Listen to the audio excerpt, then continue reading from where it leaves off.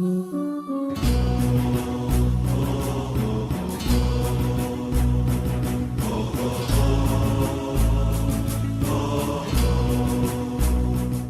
باللہ من الشیطان الرجیم، بسم اللہ الرحمن الرحیم، الحمد للہ رب العالمین، والصلاة والسلام علی اشرف الانبیاء والمرسلین واہل بیتہ الطیبین الطاہرین المعصومین، اما بعد۔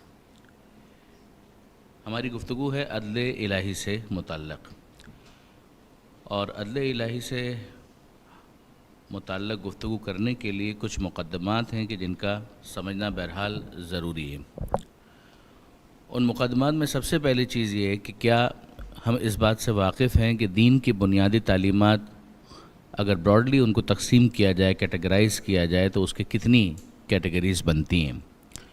پھر اس کے بعد ہمیں یہ دیکھنا ہوگا کہ عدل کس شعبے سے تعلق رکھتا ہے، اور پھر اس کے بعد ہمیں یہ دیکھنا ہوگا کہ عدل کی ڈیفینیشن کیا ہے، اور پھر اس کے بعد ہمیں یہ دیکھنا ہوگا کہ عدل سے متعلق مختلف نظریات کیا پائے جاتے ہیں۔ یہ ایک سیکوینس ہے کہ جس کو ہمیں فالو کرنا بہرحال ضروری ہوگا تاکہ ہم عدل تک پہنچ سکیں۔ ظاہر ہے کہ جب ہم دین کی بات کرتے ہیں تو ادیان کے نام پر بہت ساری فلاسفیز اور بہت ساری تھیوریز اور آئیڈیالوجیز اس وقت ایگزسٹ کرتی ہیں۔ ہم جب دین کی بات کر رہے ہیں تو اس سے مراد ہماری ہے دین اسلام، کہ اسلام کی جب ہم تعلیمات کو براڈلی کیٹیگرائز کرنے کی کوشش کرتے ہیں تو وہ کتنی کیٹیگریز بنتی ہیں، کتنی کلاسیفیکیشنز اس کی بن سکتی ہیں۔ بنیادی طور پر دین کی تعلیمات 3 حصوں میں تقسیم ہوتی ہیں، جن میں سے سب سے پہلی تقسیم ہے اصول دین یا عقائد۔ اس کے بعد دوسری تقسیم ہے جس کو آپ اعمال یا احکام سے تعبیر کرتے ہیں، اور پھر اس کے بعد تیسری کیٹیگری ہے کہ جس کا تعلق اخلاقیات کے ساتھ ہے۔ تو یہ 3 بنیادی چیزیں ہیں کہ سب سے پہلے ان تینوں کے بارے میں ایک بنیادی اوور ویو جو ہے وہ ہمارے لیے جاننا ضروری ہے۔ میں آپ کی خدمت میں عرض کروں کہ نام مختلف ہو سکتے ہیں مگر چیزیں اس کے اندر ایک ہی ہیں۔ آپ اس کو عقائد کہیں یا آپ اس کو آئیڈیالوجی کہیں، آپ اس کو اصول دین کہیں، آپ فنڈامنٹلز آف ریلیجن کہیں، آپ اس کو فیتھ کہیں، آپ اس کو ایمان کہیں، یہ الگ الگ تعبیرات ہو سکتی ہیں، مگر اس کے کور میں اگر آپ جا کر دیکھیں گے، بنیاد میں اتر کر دیکھیں گے تو بات ایک ہی ہے۔ پھر اس کے بعد دوسری چیز ہے کہ جس کا تعلق اعمال سے ہے، پریکٹسز سے۔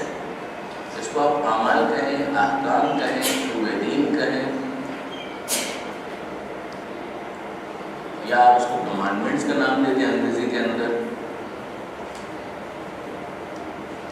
کوئی بھی آپ اس کو نام دیں، مگر اس کا بنیادی جو مطلب ہے وہ اس سے روشن ہے، اعمال، کہ کچھ کرنا ہے، کچھ ڈوز اینڈ ڈونٹس ہیں کہ جن کی بات اس کے اندر کی جا رہی ہے۔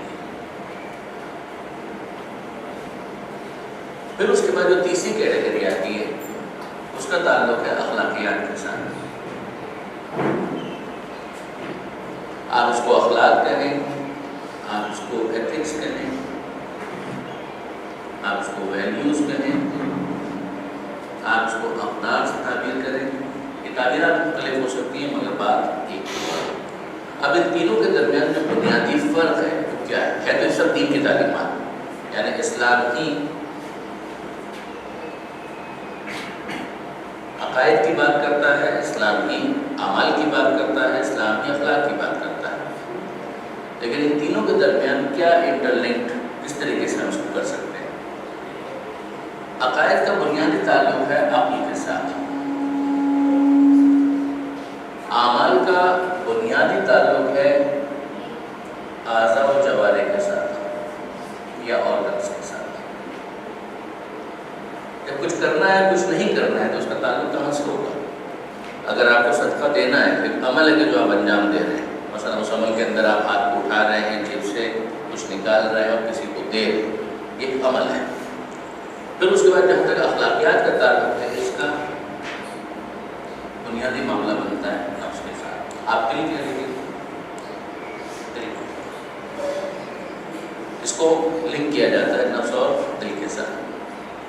وہی اسلام کی تعلیمات عقائد، اعمال اور اخلاق، یہ 3 کیٹیگریز میں ڈیوائڈ ہو گئی۔ عقائد کا تعلق عقل کے ساتھ ہے، اعمال کا تعلق آپ کے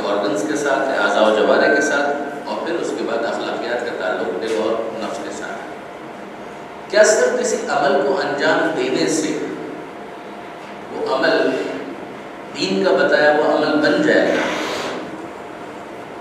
ایسا نہیں ہو پائے گا، خاص طور پر اگر معاملہ عبادات کا ہے۔ یہاں پر ہمارے لیے ضروری ہو جاتا ہے اس بات کو سمجھنا کہ ان تین کا آپس میں تعلق کیا ہے۔ یہ تینوں جو ہیں وہ آپس میں انٹرلنکڈ ہیں یا یہ تینوں بالکل الگ الگ ہیں، پولز اپارٹ، کہ جن کا آپس میں کسی قسم کا کوئی تعلق نہیں بنتا؟ ایسا نہیں۔ اگر ان تینوں کا آپس میں کوئی تعلق نہ ہو تو بہت ڈیفیکلٹی ہو جائے گی۔ ایک تو سورس ہے کہ اسلام ہی اس کو بھی بیان کر رہا ہے، اسلام ہی اس کو بیان کر رہا ہے، اسلام ہی اس کو بیان کر رہا ہے۔ تو ایک تو انٹیگریٹی ان کے اندر ہے سورس کے اعتبار سے کہ ان کی سورسز جو ہیں وہ ایک ہیں، الگ الگ نہیں، پروردگار ہی کی طرف سے یہ ساری چیزیں آئی ہیں۔ ورنہ آپ جانتے ہیں کہ آئیڈیالوجی کے نام پر بہت ساری چیزیں اور بھی، مثلا کمیونزم ہے، اس کو دین نہیں سمجھا رہا، اس کو اسلام نہیں سمجھا رہا، اس کو ایک انسان ہے، اس نے اپنے طور پر ایک چیز ہے اس کو ڈیزائن کیا اور لوگوں کے سامنے پیش کیا، اور اس کا بھی دعویٰ نہیں ہے کہ وہ کوئی دین پیش کر رہا ہے، اس کا بھی یہ کلیم نہیں ہے کہ وہ کوئی ریلیجن لوگوں کے سامنے پیش کر رہا ہے۔ تو یہاں پر ہمارا ایک تو بنیادی معاملہ تھا کہ اسلام ایک تو بنیادی چیز یہ تھی کہ اسلام ان چیزوں کو بیان کرے۔ اسلام سے یہاں پر مراد اگر آپ دوسرے لفظ لگے تو خدا نظریہ ہے وحی، وہی نازل ہو رہی ہے پیغمبر اکرم پر، اور پھر اس کے ذریعے سے تمام سب چیزیں ہمارے سامنے آ رہی ہیں۔ تو ہمارے پاس ایک جو بنیادی چیز جو ان تینوں کو ایک ساتھ لنک کرتی ہے وہ تو یہ کہ اس کا بیان کرنے والا، اس کا دینے والا، اس کا نازل کرنے والا وہ ایک خدا، وہی نازل کرتا ہے اپنے پیغمبر پر، اور پیغمبر کے ذریعے سے یہ چیزیں ہم تک پہنچ رہی ہیں۔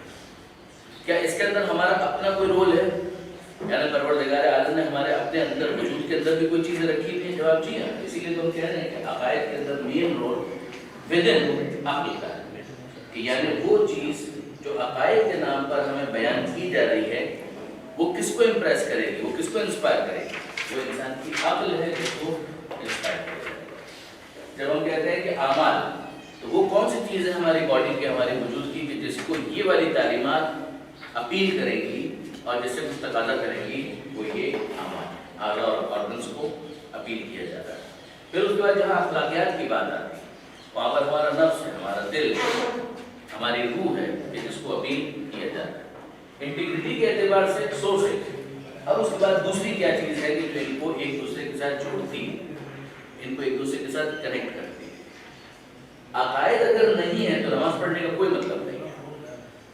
آپ مختلف دوسرے اعمال انجام دے سکتے ہیں، مثلا ایک آدمی ہے، ہو سکتا ہے کہ وہ چیریٹی کر رہا ہے، وہ کر سکتا ہے، وہ کہے کہ ٹھیک ہے میں خدا کو نہیں مانتا مگر مجھے پسند ہے کہ میں کسی کی مدد کروں، ٹھیک ہے یہ تو ہو سکتا ہے، مگر نماز پڑھنے کا تو کوئی مطلب نہیں بنے گا، اس کا روزے رکھنے کا تو کوئی مطلب نہیں بنے گا، وہ فاقہ رکھ سکتا ہے، وہ ضرور۔ عبادات کے اندر عمل اس کو عمل بنتا ہے کہ جب اس کے اندر ایک فیکٹر اور ایڈ ہو جائے اور وہ ہے قربت اللہ۔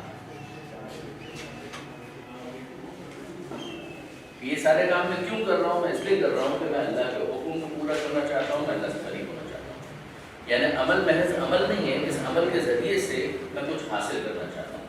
اگر میں اس موقع پر عقائد ہی کے اندر ویک ہوں یا عقائد ہی کے اندر میں کلیئر نہیں ہوں تو پھر اس قربتاً اللہ کی نیت یا انٹینشن کا کوئی مطلب نہیں ہے۔ آپ نوٹ کیجیے، عمل تو ہوگا آرگن کے ذریعے سے، مگر یہ قربتاً اللہ والی نیت جو ہے ایک مرتبہ پھر یہاں پر آ کر جڑ جاتی ہے دل اور نفس کے ساتھ۔ یہ تو اندر ہی ہوگی جو نیت ہوگی۔ اسی طریقے سے میں نے دوسری مثال آپ کے سامنے پیش کی جو عمل تھا ایک چیریٹی کا۔ وہ چیریٹی ہو سکتی ہے مگر چیریٹی صدقہ اس وقت بنے گی کہ جب اسے قربتاً اللہ انجام دیا جائے۔ تو اگر ایک غیر دینی شخص ہے ہو سکتا ہے کہ یہ عمل انجام دے مگر یہ عمل اچھا عمل ہونے کے باوجود عبادت نہیں بن پائے گا۔ عبادت ہی اسی صورت میں بنے گا کہ جب اس کی نیت کے اندر قربتاً اللہ والا فیکٹر موجود ہو جو اس کے نفس کو اس طریقے سے متاثر کرے۔ اب آپ نوٹ کریں اس کے اندر اگلی چیز جو ہے یہ صدقہ دینا، یہ بہت آسان سی مثال ہے جس کے ذریعے سے ہم ان دو کے تعلق کو سمجھ لیں گے۔ یہ صدقہ دینا عمل ہے اور اس صدقے کے ذریعے سے حاصل ہونے والا اخلاق یہ ہے ثواب۔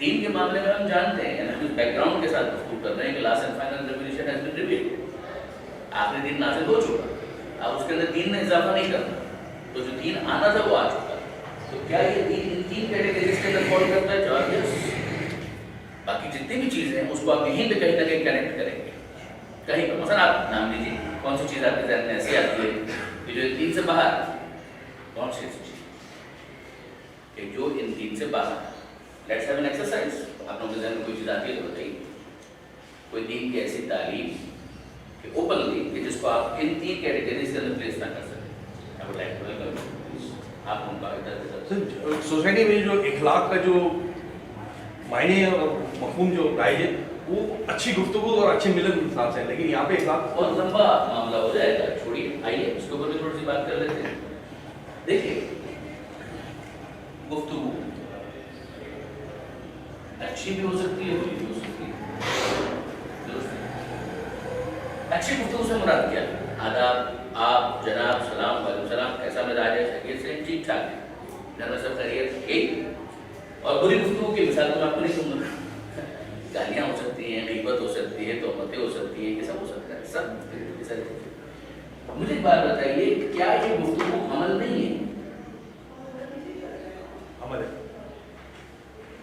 اس کے اندر کیا آپ کی زبان حرکت کر رہی ہے؟ ایک ایکشن تو ہے نا، ایک فعل تو ہے، تو یہ عمل ہوا، تو آپ اس کو کس کیٹیگری میں لے کر دیں گے؟ ان پرنسپل، یعنی جو اس کو کانسیپٹ اس کو چھوڑ دیجیے، ابھی جو ہم نے آپ کے سامنے بات کیا، خود سوچیے یہ ایک عمل ہے، اس عمل کو انجام دینے کے لیے آپ نے ڈیفینیٹلی کوئی ارادہ کیا ہے، ٹھیک ہے نا، دیوانے کی بکواس نہیں ہے، آپ کی گفتگو ایک عمل ہے، اس کی جو گفتگو ہے وہ بھی عمل ہے، دیوانے کی جو بکواس ہے وہ بھی عمل ہے، لیکن آپ کی اس گفتگو کے پیچھے کوئی ارادہ ہے، اس ارادے کے ساتھ اخلاق جڑا ہوا ہے اور وہ ہے خوش گفتاری، سویٹ ٹاکر۔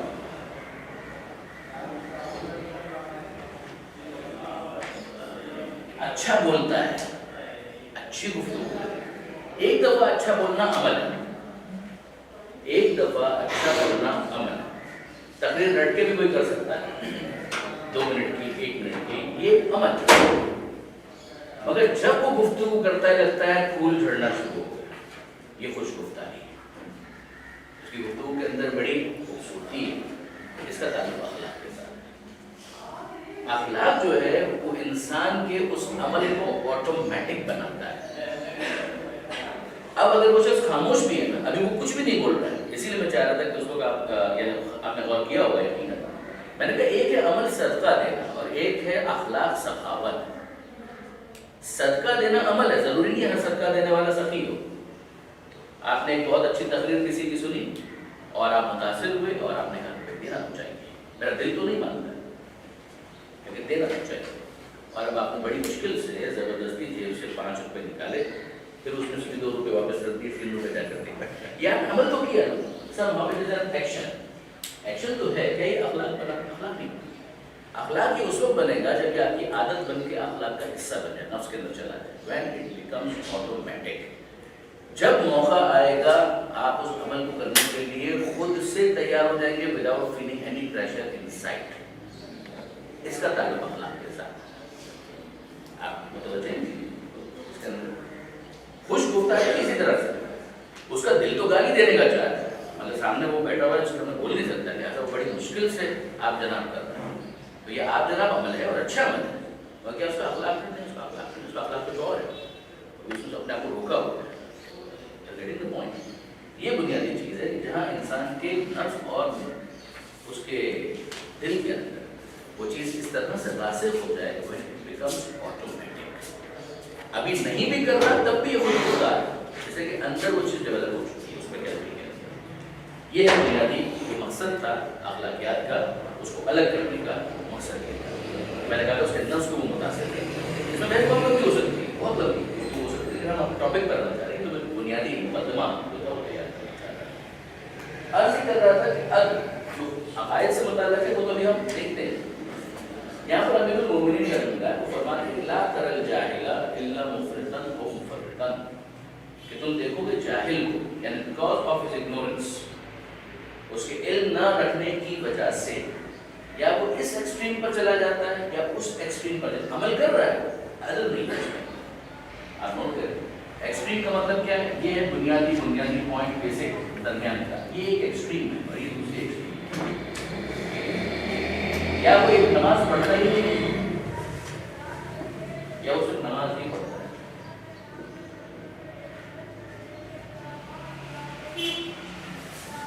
یا وہ نماز نہیں پڑھتا، بالکل نہیں پڑھتا، وہ ایک ایکسٹریم ہے۔ یا وہ نماز ہی پڑھتا ہے باقی وہ کچھ نہیں کرتا ہے، آپ متوجہ ہو رہے ہیں؟ یا وہ کہتا ہے کہ یار خدمت خلق بالکل کیا کرنے کی ضرورت ہے، چھوڑو چھوڑو بکواس، اور یا وہ صرف خدمت خلق ہی کرتا ہے، پھر وہ نماز پڑھتا ہے۔ تو تم دیکھو گے جاہل ہو کہ کیا وہ اس ایکسٹریم پر ہو گئے، یہ اس عدل کا فقدان کہ جو یہاں پر ہونا چاہیے۔ اس کا تعلق عمل کے ساتھ ہے، جو انسان کے اخلاق کو بھی متاثر کرتا ہے۔ میں پھر کہہ رہا ہوں چیزیں انٹرلیٹڈ ہیں، انٹر ریلیٹڈ ہیں، لیکن الگ الگ ان کو کیٹیگرائز کر کے اسٹڈی کیا جاتا ہے، جس کی اپنی اہمیت ہے اور واقعی بہت زیادہ اہمیت ہے۔ اسی طریقے سے یہ تو عمل کی بات نہیں ہے، آپ اخلاق کے اندر بھی اس عدل کو دیکھ لیجیے۔ جو میں نے عرض کیا تھا کہ اخلاقیات کے اوپر جو کتابیں لکھی گئی ہیں اس میں اس کو بہت ایلیگنٹلی ایکسپلین کیا گیا، بہت ہی عمدگی کے ساتھ کہ انسان کے اندر 3 صلاحیتیں ہیں۔ انسان کے وجود نفس کے اندر عقل بھی اس کے پاس ہے، خواہش بھی اس کے پاس ہے، اور غصہ یا غضب یہ بھی اس کے پاس ہے۔ وہ کہتے ہیں کہ جناب اگر آپ عقل کو، خواہش کو اور غصے کو کنٹرول نہیں کریں گے تو یہ ایکسٹریمز پر چلے جائیں گے۔ عقل اگر آپ استعمال نہ کریں تو ایک ایکسٹریم ہے، استعمال کریں تو دوسری ایکسٹریم، خواہش استعمال نہ کریں ایک ایکسٹریم، استعمال کریں دوسری ایکسٹریم، قوت غضب استعمال نہ کریں ایک ایکسٹریم، استعمال کریں اور بھرپور کریں تو پھر دوسری ایکسٹریم۔ اصطلاحات تو چھوڑ دیجیے، غصہ اگر کوئی بالکل استعمال نہ کرے غصے میں، اگر وہ اپنے غصے کو بالکل استعمال نہ کرے وہ غصے میں، اگر وہ اپنے غصے کو کنٹرول نہ کرے اور بھرپور بس استعمال کرتا چلا جائے تو زندگی ہے تو ظالم بنے گا، دوسروں کو تجاوز کرے۔ خواہشات اگر بالکل استعمال نہ کریں تو روحانیت ہے، سمجھتے نا، خانقاہیت، روحانیت۔ تو میں شادی نہیں کروں، گھر نہیں بتاؤں، میں اللہ والا، ٹھیک ہے بات، یعنی آپ اپنی خواہشات کو قتل کر رہے ہیں، کیا اسلام یہ چاہتا ہے؟ یہ ایک ایکسٹریم۔ اس کا تعلق کہاں سے؟ اس کی اخلاقیات کے اندر جب انسان بیلنس سے آؤٹ ہوتا ہے تو پھر وہ ایکشن کے اندر ریفلیکٹ ہونا شروع ہوتا ہے۔ ٹرائی ٹو انڈرسٹینڈ کہ یہ بنیادی طور پر اس کے اخلاق ہیں کہ جو متاثر ہو رہے ہیں، جس کی وجہ سے اس کا ایکشن جو ہے وہ دوسری طرف چلا گیا۔ خواہش بھرپور استعمال کی جائے اور پوری استعمال کی جائے، اللہ نام سب چھوڑ دیجیے، ویسٹ مغرب، ایک نے کہا میں کھانا نہیں کھاؤں گا، ایک نے کہا میں شوگر ہی کھاؤں گا، ایک بالکل دوسرے ایکسٹریم پر، ایک ایکسٹریم پر، ایک ہے خواہش پوری کرو، ہمیں اپنی بھاوناؤں کو، یہ الفاظ تھے کسی پروگرام کے اندر، ہمیں اپنی بھاوناؤں کو کنٹرول کرنا ہے، تقویٰ کی بات ہے کہ خواہشوں کو کنٹرول اور کر رہے ہیں۔ اب اس کے بعد آخر کے اندر آ جائیں، ایک انسان ہے وہ کہتا ہے میں عقل کو استعمال نہیں کروں گا، وہ بے وقوف ہے، احمق، سفاہت، عقل ہی کو استعمال کرتا رہوں گا، اس کا ایک مثال کے وسواسی تھی، پورے محلے کا پانی ختم ہو جائے گا، اس کو یقین نہیں آئے گا کہ اس کا وضو ہو گیا۔ ابھی بھی شاید ایک کوئی نکتا رہے گا، ہو سکتا ہے ابھی نہیں رہے گا، ارے پورا ٹینک خالی ہو گیا، اس کا غسل ہی پورا نہیں ہوتا۔ یہ زیادہ سوچنا اور زیادہ سوچنا، بہت زیادہ سوچنا، بہت زیادہ بیماری آپ غور کر رہے ہیں۔ یہاں پر اگر آپ دیکھیں کہ ایک درمیان کا معاملہ تھا کہ یہاں پر آپ نے عقل کو بھی بیلنس میں رکھا، خواہش کو بھی بیلنس میں رکھا، غصے کو بھی بیلنس میں رکھا۔ اب اس کے اندر وہ کہتے ہیں کہ اگر آپ نے اپنی غصے کو کنٹرول کر لیا تو پھر آپ کے پاس جو چیز حاصل ہوگی صفت، وہ ہے شجاعت۔ اگر آپ نے اپنی خواہش کو کنٹرول کیا، یعنی بالکل ادھر بھی نہیں ہے ادھر بھی نہیں ہے، استعمال کریں غصے کو مگر کنٹرول کر کے، شجاعت، غصے کے ساتھ خواہش کو کنٹرول کر کے استعمال کریں، عفت، یعنی اس خواہش کو کنٹرول کرنے سے یہ چیز حاصل ہو جائے گی۔ یہ جو عقل ہے اگر اس کو آپ نے کنٹرول کیا، لفظ خود بول رہا ہوں اس کو کہ عقل کو کنٹرول کرنے کے نتیجے میں ایک دونوں کے درمیان جو ہاں حکمت وزڈم یہ حاصل ہو جائے گا. یہ اس کی پروڈکٹ ہے، یہ اس کی پروڈکٹ، یہ اس کی پروڈکٹ، یہ اس کی پروڈکٹ. یہ تینوں جب بیلنس ہو گئے، یعنی اگر آپ کے پاس حکمت بھی آ گئی، آپ کے پاس عفت بھی آ گئی اور آپ کے پاس شجاعت بھی آ گئی، یہ تینوں جب بیلنس میں آ جاتے ہیں تو ان تینوں کے بیلنس سے حاصل ہونے والی چیزیں عدالت، یہ تینوں بیلنس ہو.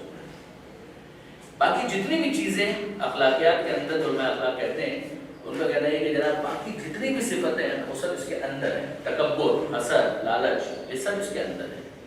کہیں نہ کہیں آپ کو اسی کے اندر وہ فال کرتی ہوئی نظر آتی ہے.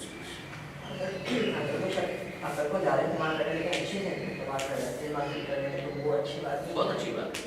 یہی تو بات ہو رہی ہے کہ جو عقل کو استعمال کر رہا ہے اور زیادہ استعمال کر رہا ہے، جو آپ لفظ زیادہ استعمال کر رہے ہیں، لفظ زیادہ جو آپ استعمال کر رہے ہیں، اس کے اوپر غور کریں. جو رزلٹ آپ لینا چاہ رہے ہیں وہ یہ ہے، جو لفظ آپ استعمال کر رہے ہیں وہ یہ ہے. زیادہ کا مطلب ہی یہ ہے کہ جو لمٹ سے کراس کر گیا. جب آپ نے کہا میں نے کھانا کھا لیا ہے، یہ اچھی بات. آپ نے کہا میں نے زیادہ کھانا کھا لیا ہے، اس کا مطلب یہ بیلنس آؤٹ ہو گیا. Right understand. آپ کہیں کہ میں نے کھانا کھا لیا ہے، اس کا مطلب بیلنس.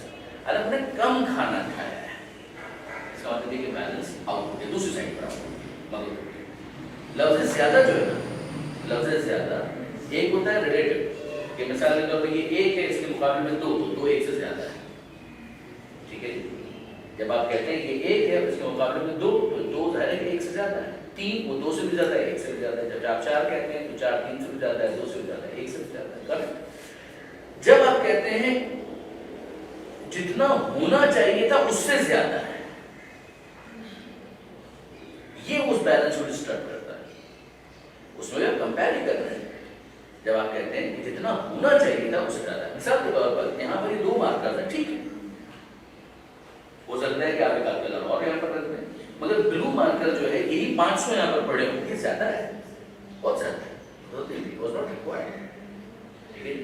ابھی بھی اگر میں کہوں کہ یہ 2 ہیں تو ظاہر ہے کہ یہ 2 ایک کے مقابلے میں زیادہ ہے، مگر کہ یہ بیلنس آؤٹ ہو رہا ہے، بیلنس آؤٹ نہیں ہو رہا ہے. اس لیے کہ ٹھیک ہے یہاں پر 2 مارکرز کی ضرورت پڑ سکتی ہے، ٹھیک ہے. آپ اس کے اندر 3 لے آئیں، گرین مارکر بھی رکھ دیجیے، ریڈ بھی رکھ دیجیے، چلے گا. مگر وہی پھر میں لفظ استعمال کر رہا ہوں کہ اگر یہی بلیک مارکر 500 یہاں پر پڑے ہوں، 500 مارکر یہ بلو والے پڑے ہوں، 500 مارکر گرین والے، تو آپ کو کہاں بیٹھے گے؟ بات واضح ہو رہی. یعنی جتنا ہونا چاہیے اس سے زیادہ ہے، اس کے اندر. جب یہاں پر بات ہو رہی ہے کہ عقل کو وہ زیادہ استعمال کرتا ہے، اس سے مراد یہ نہیں ہے کہ جتنا استعمال کرنا چاہیے اتنا بھی نہیں کرتا. میں نے صرف مثال دی، بس بات سیکھی. وہ کہاں پر پرابلم میں آتا ہے؟ وہ اپنے عقل ہی کے غلط استعمال کی وجہ سے پرابلم میں. اب میں آپ کو ایک مثال اور دیتا ہوں اس کے اندر. البتہ again we are going far very far from our actual topic, لیکن اوکے فائن، یہ کوئی برا نہیں ہے. آپ کو یہاں سے جانا ہے انچولی. یا آپ کو راستہ معلوم ہے یا آپ کو راستہ معلوم، آپ کو راستہ معلوم نہیں، معلوم ہوتا تو آپ چلے جاتے ہیں. آپ کو راستہ معلوم نہیں. آپ راستہ معلوم کرنے کے لیے آپ کیا کریں گے؟ اسٹارٹ. سوال کریں پوچھیں کس سے؟ کسی واقف کار سے. یہی ہوگا کہ کسی واقف کار سے آپ نے پوچھ لیا، آپ کو شک ہوا شاید یہ غلط بتا رہا ہے، آپ نے دوسرے سے پوچھ لیا، فائن. ابھی بھی آپ کو شک ہو رہا ہے شاید ہی غلط بتا رہا ہے، تیسرے سے آپ نے پوچھا، چوتھے سے، یار کب آپ کو یقین آئے گا؟ میں قبول کرتا ہوں ایک نے بتایا، ہو سکتا ہے کہ آپ کو شک ہو. 2 سے آپ نے پوچھا، 200 سے آپ پوچھ رہے ہیں تو انچولی تو آپ گئے ہی نہیں، بس یہی پوچھتے رہے کہ وہ ہے کہاں. آپ نے گوگل میپ نکالا، اس کا انچولی ڈالا، اس کے اندر ایک راستہ ہے، دوسرا راستہ، تیسرا راستہ، 5 راستے اس کے اندر دکھا دیے، یہ سلو ہے، یہ فاسٹ ہے، یہ فاسٹسٹ ہے. ابھی بھی آپ کو سمجھ نہیں آیا. آپ گاڑی کے اندر بیٹھ گئے، اب آپ کہتے ہیں نکال یہ تو ہو سکتا ہے، وہ تو بہت کچھ سکتا ہے، مگر آپ کی پریکٹیکل اپروچ آپ کو کہاں تک غور کرنے پر مجبور کرتی ہے. آپ ڈیسیجن میکنگ کے اندر ویک ہو جائیں گے اگر آپ عقل کا ایسا استعمال کریں جو ضرورت سے زیادہ ہو جائے. Mark my words. آپ کی ڈیسیجن مینجمنٹ کے اندر یہ ورڈ بہت امپورٹنٹ ہوتا ہے, ڈیسیجن میکنگ, کہ جب آپ ڈیسیجن لینا چاہتے ہیں تو ڈیسیجن کے پیچھے عقل تو ہوتی ہے. ایسا تو نہیں ہے کہ عقل کے بغیر ہی آپ ڈیسیجن لیں, تو رسک ہے. تو رسک مینجمنٹ جو ہے جو خود اپنی جگہ پر ایک سبجیکٹ ہے, رسک کو آپ کیسے مینج کریں. رسک تو رہے گا, ایکسٹرنل رسک ہوگا, انٹرنل رسک ہوگا, تو رہے گا, مگر آپ اس رسک کو مینج کیسے کرتے ہیں, کہ اس طریقے سے کرتے ہیں کہ وہ کام ہی نہ کریں. یعنی میں اگر باہر جاؤں گا تو رسک تو ہے کہ ایکسیڈنٹ ہو سکتا ہے, تو میں باہر ہی نہیں جاؤں گا, یا میں اس رسک کو مینج کرنے کی کوشش کروں گا. کوئی غلط نہیں. لیکن ذہن میں رکھیے گا اور بہت اچھی طریقے سے اس پہ توجہ کیجیے گا کہ ایک ہے عقل کا استعمال بہت اچھا ہے, جب ہم کہتے ہیں ایبسولوٹلی عقل کا استعمال بہت اچھا ہے, مگر ہم جب کہتے ہیں زیادہ عقل کا استعمال تو اس سے ہماری یہ مراد نہیں ہے کہ جتنا استعمال ڈیو ہے وہ بھی نہیں کیا, وہ تو پھر یہاں پہ چلے گا, بیوقوفی ہے, احمقانہ حرکت ہے. لیکن اگر ضرورت سے زیادہ کیا تو بس بات سکتے گا. یہ ہے اخلاقیات کے اندر اس کے لیے اس کے اندر. پھر اگر آپ اس کو مزید اسٹڈی کرنا چاہیں تو پھر عروج الساعہ,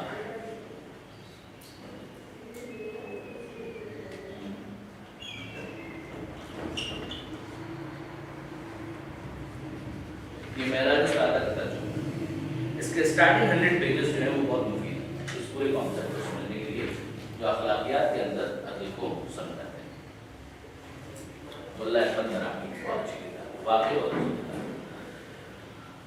ہم پروسیڈ کریں, یہاں تک کلیئر آپ لوگ کے لیے. تو ابھی ہم نے ایک بات دیکھی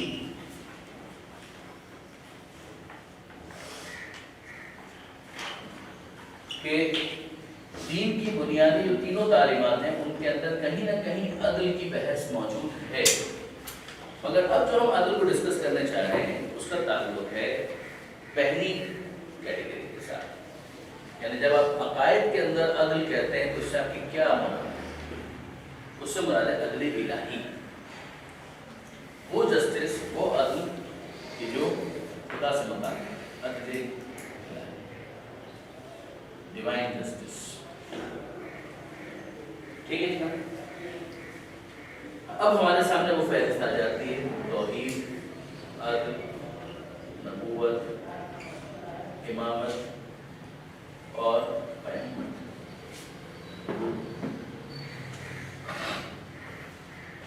عقائد, احکام, اخلاق,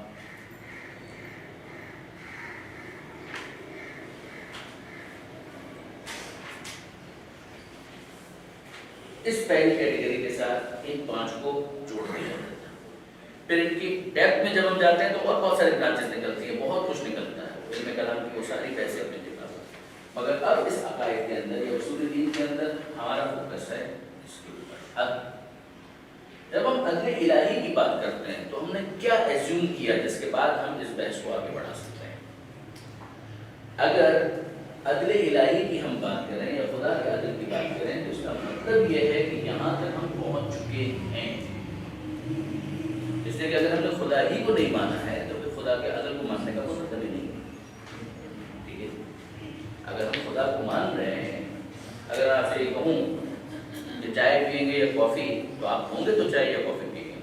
آپ ہی اگر نہیں ہوں گے تو چائے یا کافی کا کیا مطلب نہیں. تو جب ہم یہ کہتے ہیں کہ ہم عدل کو ڈسکس کر رہے ہیں, اور کس کے عدل کو ڈسکس کر رہے ہیں؟ خدا کے عدل کو ڈسکس کر رہے ہیں. تو پھر ہمارا ایزمپشن یہ ہے کہ ہم یہاں تک پہنچ چکے ہیں, ہم توحید تک پہنچ چکے ہیں. اور توحید کا مطلب یہ ہے جب ہم توحید تک پہنچ چکے ہیں تو وجود خدا تک پہنچ چکے ہیں. وجود خدا تک پہنچے, پھر اس کے بعد ہم توحید تک پہنچے, پھر ہم توحید کے بعد عدل تک آئے. اب میں آپ سے اگلا سوال کرتا ہوں, just in order to board more precisely, یہ مجھے بتائیے عدل صفت ہے یا ذات ہے؟ مشکل نہیں ہونا چاہیے. ایک ہوتی ہے ذات اور ایک ہوتی ہے صفت.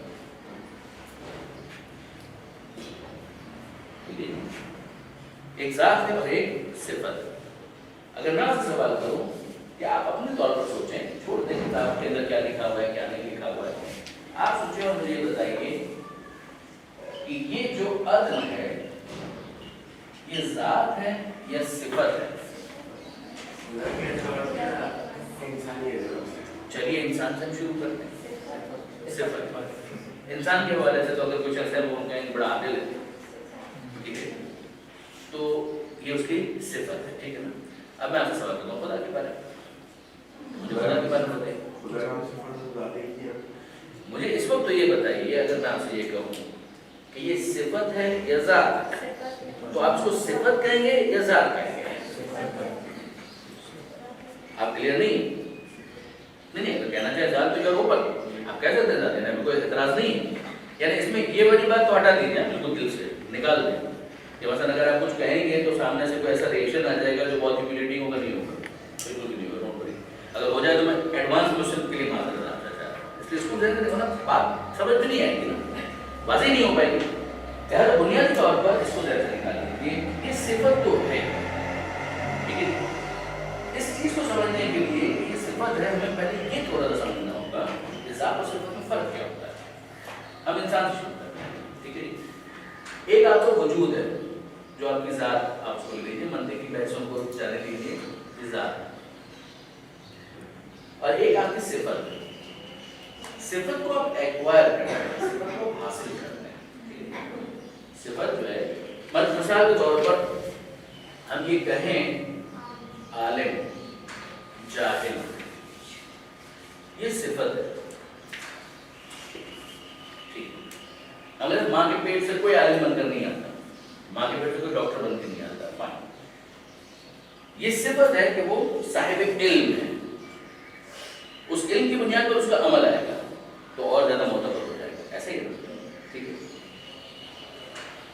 اگر اس صفت کو آپ مائنس کرتے ہیں تو وہ ذات باقی رہے گی یا نہیں رہے گی؟ ایسے ہی, یعنی ذات الگ ہے, صفت الگ ہے, ایسے ہی. ذات اور صفت کو ایک دوسرے کے ساتھ عام طور پر کنفیوز نہیں کیا جاتا. ذات اور ہوتی, صفت اور ہوتی. بچہ جب اس دنیا کے اندر آتا ہے جاہل آتا ہے, آہستہ آہستہ وہ صاحب علم بنتا ہے, درست ہے. یعنی اس نے اس صفت کو حاصل کیا. بچہ جب اس دنیا میں آتا ہے کمزور ہوتا ہے, ویک ہوتا ہے. ویکنس صفت ہے, ویکنس جو ہے وہ اس کی صفت ہے. آہستہ آہستہ وہ طاقتور بنتا ہے, درست. کمزور طاقتور, اگر وہ کمزور نہ ہو تب بھی وہ ہو, یہ ممکن ہے. وہ طاقتور نہ ہو تب بھی وہ ہو, یہ ممکن ہے. یا کمزور ہوگا یا طاقتور ہوگا, لیکن اس کا ہونا اس پر ڈیپینڈ نہیں کرتا ہے کہ چونکہ وہ کمزور ہے اس لیے ہے, چونکہ وہ طاقتور ہے اس لیے وہ ہے. یہ وہ ضروری ہے, بہت واضح ہے بالکل آپ کے. اب اس کے بعد آئیے خدا کے کیس میں ہم دیکھتے ہیں. لیکن اس کے وجود کے لیے کسی نہ کسی صفت کا تو ہونا ضروری ہے نا. مثلاً جیسے اگر یہیں پہ ہم, اگر وہ کمزور نہیں ہے تو ظاہر سی بات ہے وہ طاقتور تو ہوگا, جو طاقتور نہیں ہے تو کمزور تو ہوگا. یعنی اس کے وجود کے لیے کوئی صفت کا ہونا تو ضروری ہے نا. آف کورس ہوگی, بالکل, اس سے انکار نہیں. ہم یہ نہیں کہہ رہے کہ کچھ اس کے خواص ایسے نہیں ہیں کہ اسی سے محسوس ہے. اسی لیے اب منطق کے اندر اس کی ڈیفینیشن دی جاتی ہے حیوان ناطق. اس کا حیوان ہونا تو ضروری ہے, اس کا ناطق ہونا بھی ضروری ہے, تب جا کے وہ انسان بنے گا. بالکل صحیح ہے. یعنی یہ چیزیں وہ ہیں کہ جو اس کو بناتی ہیں انسان, وجود کے اعتبار سے, درست ہے. مگر وہ چیزیں جو اس کی ذات کو بناتی ہیں, اس کے علاوہ اس کی کچھ صفات ہیں ایسی کہ جس کو وہ ایکوائر کرتا ہے, یعنی ایکسس میں ہوتی ہے. اب آئیے ذرا سا دیکھیے خود لفظ اللہ, اس لفظ اللہ کا کیا مطلب ہے؟ خود لفظ اللہ جس کو مان چکے ہیں, یعنی اس وقت ہمارا ذہن کہ ہم جب عدل الہی کی بات کر رہے ہیں تو الہ کو ہم مان رہے ہیں, اللہ کو ہم مان رہے ہیں, پھر اس کے عدل کی ہم بات کر رہے ہیں. اب اگر ہم اللہ کے لفظ کو غور کریں تو اس کا مطلب کیا ہے؟ سوال تو بنتا ہے کہ خود لفظ اللہ جو ہے اس کا کیا مطلب ہے؟ اس کے ذہن جی خدا, یہ تو آپ نے فارسی ٹرانسلیشن کیا نا. اگر آپ کا مثلا اللہ خدا ہے, یا پھر فارسی ٹرانسلیشن کیا, ڈیفینیشن کیا, یا میں آپ سے کہوں کہ تھوڑا اس کو ایلوبریٹ کریں. ہے کچھ آپ لفظ اللہ کا کیا مطلب؟ خالق. ہاں, خالق اگین اس کی ایک صفت ہے خود لفظ اللہ. خود لفظ اللہ کا مطلب ایک ذات کا نام ہے. آسان مستجمع لجمیع صفات الکمال. جو پریشان مت ہوئیے گا یہ بھی واضح کریں. اس میں اگر آپ دیکھیں جمیع ساری، کمال پرفیکٹ، کمال اردو میں بھی استعمال ہوتا ہے. صفات کو صفات ہی لے لیجیے. مستجمع جمع سے اب کچھ واضح ہوا کیا بنے گا اس کا ون لائن. وہ ذات کہ جس میں ساری صفات کمال جمع ہوں، ساری صفات کمال اس کے اندر جمع.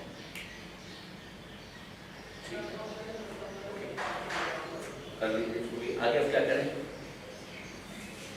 اس کمال کی صفات کے اندر جتنی چیزیں ہیں ان کے لیے ہمارا دوسرا لفظ کیا ہے؟ صفات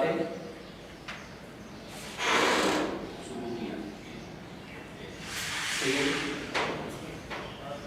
اس کی ان صفات ہی کو تو ہم ڈسکس کرتے ہیں. قدیم ہے، قادر ہے، حی ہے، مدرک ہے، مرید ہے، یہ ہے، وہ ہے، وہ ننان خالق کسی نے کہا اس کی ایک صفت. اسی طریقے سے جناب علی اور آ جائیے جوشن کبیر، کتنی صفات ہے خدا کی نہیں ادا بنتا ہوں. جوشن کبیر کمال عقائد کے بعد ہے دعا کسی کے اعتبار سے کمال ہے. 1000 صفات وہاں پر بیان کی ہیں. خلاصہ کلام یہ ہے، خلاصہ کہ جتنی صفات کمال ہیں وہ سب کی سب اس کے اندر جمع ہے. اچھا اب اس کے بعد آئیے ایک اور لفظ الحمدللہ. یہ بھی اسی کی سائن. تمام تعریفیں اللہ کے لیے. کیوں؟ اس لیے کہ سارے کمال اس کے اندر. آپ تعریف اس کی کرتے ہیں، بارے کی تعریف آپ نہیں کریں. پھول کی خوشبو کی آپ تعریف کرتے ہیں یا آپ کے ذوق کے اندر. وہ خدا کہ جس کے اندر کمال کی ساری صفات ہیں، جس کا کوئی شمار نہیں کر سکتا، جب وہ اس کے اندر ہے تو تمام تعریفیں اللہ کی. اس کا دوسرا اینگل کیا بنتا ہے؟ صفات سلبیہ. وہ اس کے اندر نہیں ہے، وہ اس کے اندر نہیں ہے، یہ بھی اس کے اندر نہیں ہے، یہ بھی اس کے اندر نہیں ہے. کیوں نہیں ہے؟ اس کی کمال کے خلاف ہے. یہ اسی کا دوسرا ٹھیک ہے. وہ مرکب نہیں ہے، محتاج نہیں ہے، نہیں ہے، شریک اس کا کوئی نہیں ہے. اس کو بھوک نہیں لگتی، اس کو نیند نہیں آتی. کیوں؟ یہ سب نقص ہے، یہ کمال کے خلاف ہے. لہذا اگر یہ اس کے اندر آ جائے کہ اس کے نقص ہے، اسی کے لیے دوسرا لفظ آتا ہے وہ ہے سبحان اللہ بے عیب. اگر آپ دیکھیں چیزیں آپ کو انٹرلیٹ ہے. یہ میں جو عرض کرنا چاہ رہا تھا کہ تھوڑا سا آپ کو عدل تک جانے کے لیے نیٹ آئے تو زیادہ ہی لگتی ہے اس کے پیچھے. صفات سلبیہ سبحان اللہ خدا بے عیب، اس کے اندر یہ بھی نہیں، یہ بھی نہیں، یہ بھی نہیں. اب اس کے بعد آئیے ذرا سا دیکھیے عدل ہے، ظلم نہیں.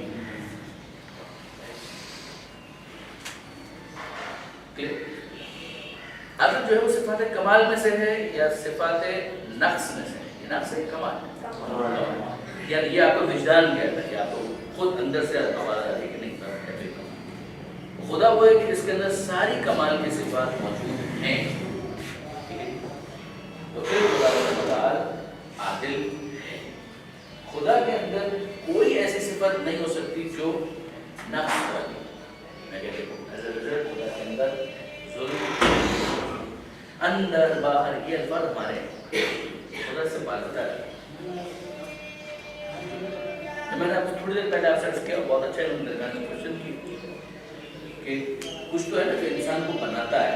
خدا کو کوئی چیز بناتی نہیں ہے. خدا مرکب وجود نہیں. اب تھوڑا سا یہاں پہ غور کیجیے گا. ہماری صفات ہم ایکوائر کرتے ہیں تو کوئی اور ہے کہ جو ہم کو انفلوئنس کرتا ہے اور جس کے ذریعے سے ہم اپنی اس صفت کو حاصل کرتے ہیں. عالم بننا کسی سے علم حاصل کرنے پر موقوف ہے. وہ جاہل ہونے کے لیے کسی صفت کی ضرورت نہیں ہے، کسی سے حاصل کرنے کی ضرورت نہیں، وہ علم نہ ہونے کا نام ہے. اور یہ دیکھ وہ علم نہ ہونے کا کمزور ہونے کے لیے کو حاصل نہیں کرنا چاہتے کہ طاقت نہ ہونے کا نام کمزوری ہے. اور کیا طاقت حاصل کرنے کے لیے آپ کو کسی سے وہ طاقت لینی ہے. اچھا کھانا کھائیے تاکہ آپ کے اندر انرجی آ سکے. ایکسرسائز کریں, سوئمنگ کریں, وہ باڈی بلڈنگ کریں تاکہ آپ ہیلتھ وائز مضبوط ہو سکیں. یہ آپ کہیں سے حاصل کر رہے ہیں, ماحول سے حاصل کر رہے ہیں, فوڈ سے حاصل کر رہے ہیں, کوئی آئل استعمال کر رہے ہیں, کوئی ڈائٹ کنٹرول پلان کے اوپر جا رہے ہیں, جس سے آپ چیز کو حاصل کر رہے ہیں. استاد کے سامنے بیٹھ رہے ہیں, ایگزام میں قلم مستعد کر رہے ہیں, as a result you are getting education, آپ ایکوائر کر رہے ہیں. خدا کے کس میں ناممکن, خدا کی شان کے خلاف, ناممکن سے مراد خدا کی شان کے خلاف. یعنی اس کا تو مطلب یہ ہے کہ آپ یہ کہنا چاہتے ہیں کہ دوسرا خدا ہے کہ جس سے وہ حاصل کر رہے ہیں, خدا بھی کسی اور سے حاصل کر. وہ تصویر یہاں پر اس بتا دیں بیٹا کہ جو ہم توحید کے بارے میں پڑھ چکے ہیں, اگین جو ہمارا سمشن ہے, توحید ذات کے اعتبار سے اور توحید صفات کے اعتبار سے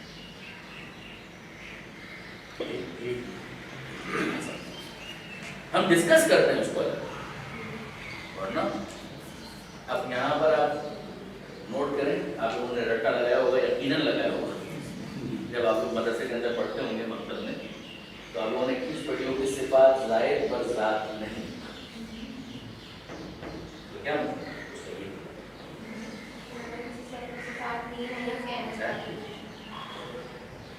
صفات سلبیہ کے اندر آخری چیز صفات ظاہر پر ذات نہیں. ہم بھی رٹا لگا کیا ہے, آپ لوگوں نے بھی رٹا لگایا ہوگا. چیز بڑی کمال کی ہوگا, یہ توحید صفات یعنی خدا کی شان کے خلاف کہ اس کی صفات جو ہے اس کی ذات سے ظاہر پتہ نہیں سکتی. خدا نہ مرکب ہے, نہ خدا سے ایکوائر کرتا ہے, خدا کی شان سے بہت بڑا ہے. یہاں پر یقین جانیے کہ ہمیں نہج البلاغہ کا شکر گزار ہونا چاہیے. نہج البلاغہ کا پہلا خطبہ اس پر ایک بڑا حصہ پہلا خطبہ, اس لیے میں اس کو بتا رہا ہوں کہ اگر آپ پڑھنا چاہیں کر کے جائیں تو ضرور پڑھیے. پہلا خطبہ امیر المومنین نے جو دیا ہے نہج البلاغہ کے اندر جو موجود ہے,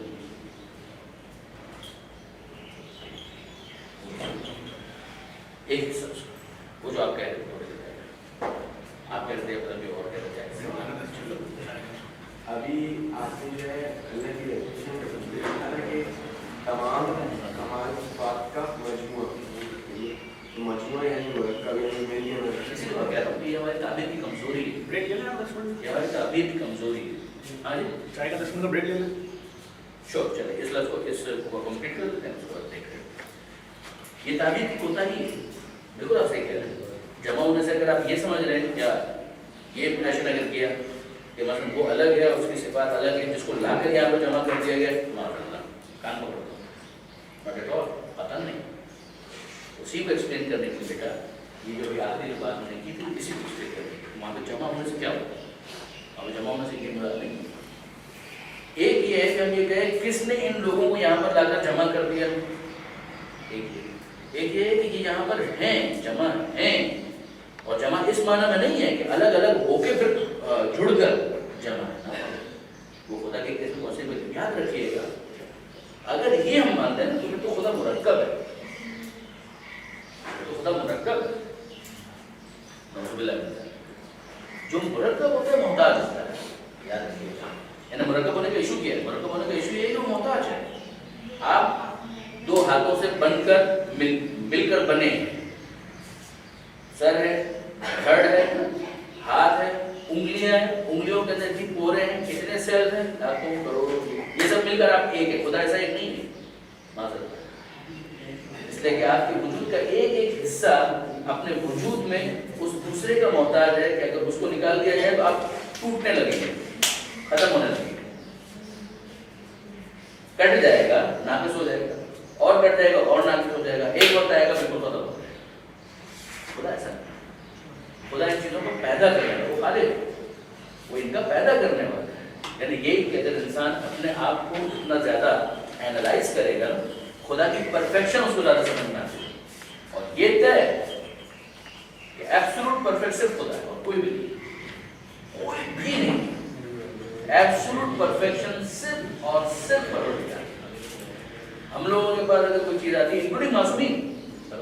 وہ ریلیٹو پرفیکشن ہے. یہ اس کے مقابلے میں پرفیکٹ ہوتا ہے, یہ اس کے مقابلے میں پرفیکٹ ہو سکتا ہے, یہ اس کے مقابلے میں پرفیکٹ. ایک وہ ہے جو سب سے آگے ہے, سب سے آگے بے شک. تو خدا کی تخلیق کے کمالات کا مظہر ہے مگر ایبسولوٹ پرفیکشن مخلوق ہونا تو بہت بڑا ہے کہ یعنی میں اپنے وجود کے اندر اپنے خالق کا محتاج ہونا نفس ہے. مخلوق ہونا یعنی خالق کا محتاج, کوئی اس کو پیدا کرے تو وہ ہے, خود سے نہیں. اسے کہتے ہیں ممکن الوجود اور باقی وجود کا اور کیا اس کو آگے انشاءاللہ کریں. بسم اللہ الرحمن الرحیم.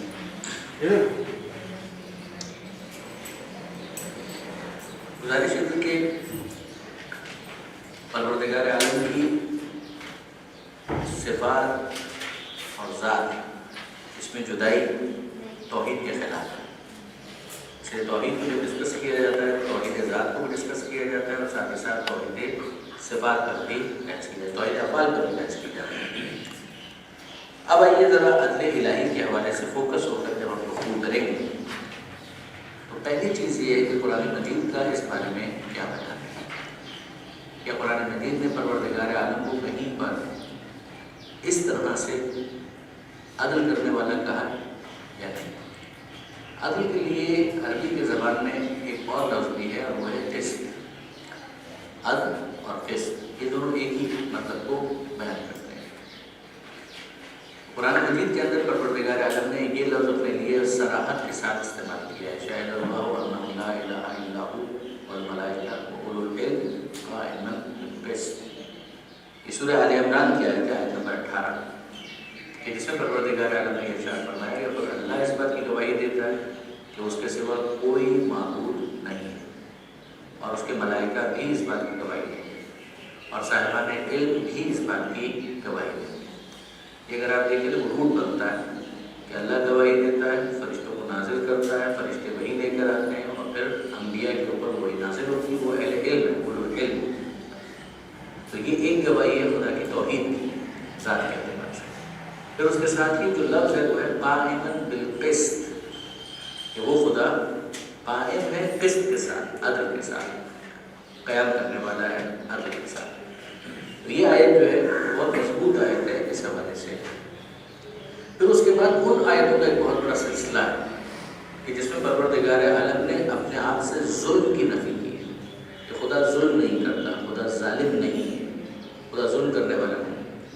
ابھی ہم نے تھوڑی دیر پہلے آپ سے گزارش کی کہ ظلم جو ہے وہ نقص ہے, اگر اس کی نفی ہو جاتی ہے, یہ سلبی عنوان صفات سلبیہ کے اندر ہی ہے, وہ ظالم نہیں ہے.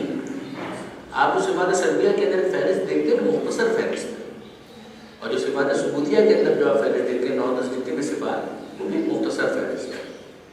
تو پروردگار عالم کی جو یہ صفات ہیں ان کی تعداد بہت زیادہ ہے. انہی کے اندر ایک ہے عدل اور ایک ہے ظلم کا نہ کرنا. یہ دونوں ایک دوسرے کے ساتھ انٹر لنکڈ ہیں. وہ ظلم نہیں کرتا تو وہ کیا کرتا ہے, وہ عدل کرتا ہے. مثلا یہ سورہ نساء کی آیت نمبر 40 ہے کہ جس کے اندر پروردگار عالم یہ ارشاد فرماتا ہے ان اللہ لا یظلم مثقال ذرہ, کہ خدا کسی پر ذرہ برابر بھی ظلم نہیں کرتا. اس کا مطلب یہ ہے کہ وہ ظلم نہیں کرتا تو کیا کرتا ہے, وہ عدل کرتا ہے. پھر عدل سے بھی آگے اگر وہ کچھ کرتا ہے تو اس کا فضل ہے, اس کا احسان, مگر وہ جو منیمم چیز ہے وہ ہے عدل, کہ وہ عدل کرتا ہے.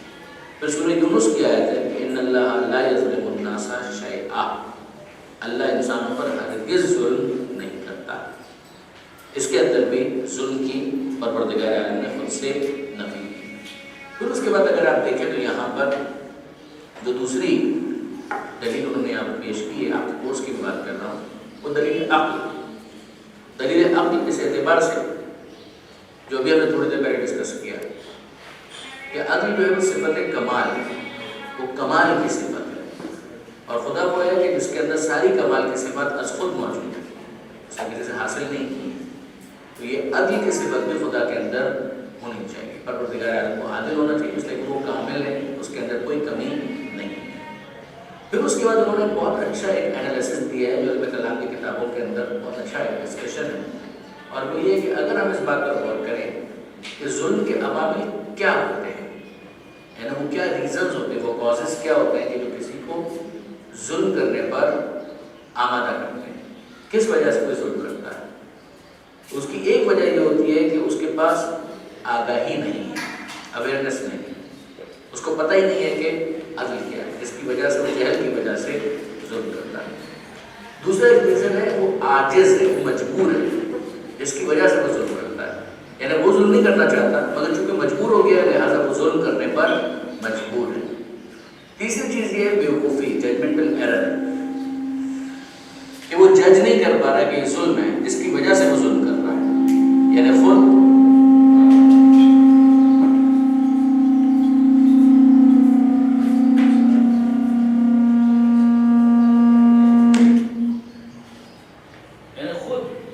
وہ ظلم کے برے ہونے سے آگاہ ہے.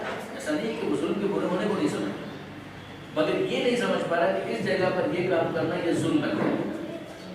لہٰذا ججمنٹل اس کا ایرر ہے جس کی وجہ سے وہ یہ ظلم کا مرتکب ہو رہا ہے. اب آپ خدا کے بارے میں غور کریں کہ کون سی ایسی چیزیں جو خدا کے بارے میں پائی جا سکتی ہیں. مثلا خدا کے پاس آگاہی نہیں ہے, اویئرنیس نہیں ہے, اس کا علم ذاتی ہے, اس کو کسی سے حاصل نہیں کیا, اس کا تو اپنا علم ذاتی ہے. عز و مجبوری والا کل شیء قدیر, ہر چیز کے اوپر قدرت رکھتا ہے. ججمنٹل ایرر کرنا, بیوقوفی مان اللہ, وہ حکیم, وہ صاحب حکمت. تو پروردگار عالم کے کیس میں نہ جہل صادق آ سکتا ہے, نہ پروردگار عالم کے کیس کے اندر مجبوری کا کوئی مسئلہ ہو سکتا ہے, نہ پروردگار عالم کی اسسمنٹ رانگ ہو سکتی ہے, ججمنٹل بھی ایرر نہیں ہو سکتا. تو جب ان میں سے تینوں میں سے کوئی بھی چیز نہیں ہے تو پھر اس کے بعد پروردگار عالم ظالم نہیں ہوگا, اور جب ظالم نہیں ہوگا تو وہ عادل ہوگا. یعنی صفات سلبیہ کے اندر ہم یہ کہیں گے کہ وہ ظلم نہیں کرتا, اور صفات ثبوتیہ کے اندر ہم یہ کہیں گے کہ وہ عدل کرتا ہے. اب اس بات کو جو ابھی میں نے آپ کے سامنے بیان کی ہے, علم کلام کے اندر جب ڈسکس کیا گیا تو کچھ جو صدوق علیہ الرحمٰن نے پیغمبر اکرم ختم مرتبہ احمد مصطفیٰ حضور نے اس دلیل کو بیان کیا کہ جب پیغمبر اکرم سے سوال ہوا عدل الہی کے بارے میں تو پیغمبر اکرم نے جواب دیتے ہوئے کہ وہ خدا ظلم کیوں نہیں کرتا اس کو سمجھایا کہ ظلم کے کبھی ہونے کو جاننے کی وجہ سے وہ جانتا ہے کہ ظلم کرنا برا ہے, وہ استغنائہ عنہ, اور اس وجہ سے بھی کہ وہ ظلم کرنے کا محتاج نہیں, مجبور نہیں کہ وہ ظلم کرے. جب وہ اس بات سے آگاہ ہے, واقف ہے کہ ظلم کرنا برا ہے, اور جب وہ اس پر مجبور بھی نہیں ہو سکتا تو وہ ظلم کیوں کرے گا, وہ ظلم نہیں کرے گا, وہ عدل نہیں کرے گا. یہ اس کے بعد یہاں پر جو گزارش کی گئی. اب یہ بہت امپورٹنٹ, اب ہم بورڈ کو کرا دیں, بہت امپورٹنٹ یہ ڈسکشن, اور وہ کہ آپ اس بات پر غور کیجیے